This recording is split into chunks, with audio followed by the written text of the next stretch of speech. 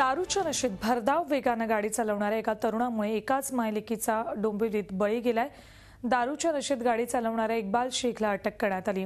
डोंबिवलीच्या शिवमंदिर परिसरातल्या त्यामुळे इनोव्हा सरळ फुटपाथवर चढली आणि तिथे झोपलेल्या मायलेकींचा अपघातात अंत झाला। स्कोडाचा मालकही अपघातात किरकोळ जखमी झालाय। पोलिसांनी इक्बालला अटक केली आहे।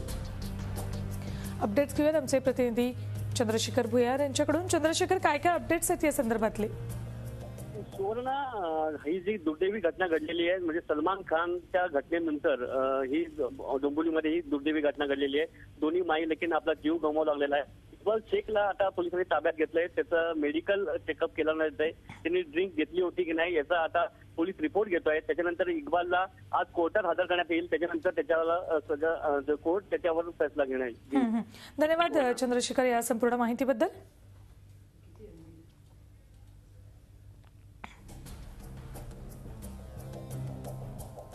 फुटपाथवर झोपलेल्या मायलेकींचा या अपघातात अंत झालाय। इक्बाल शेख नावाच्या इसमाची स्कोडा गाडी फुटपाथवर चढली आणि त्यानंतर या दोघी मायलेकींना आपला जीव यात गमवावा लागलाय। झी 24 तास रहा एक पाऊल पुढे।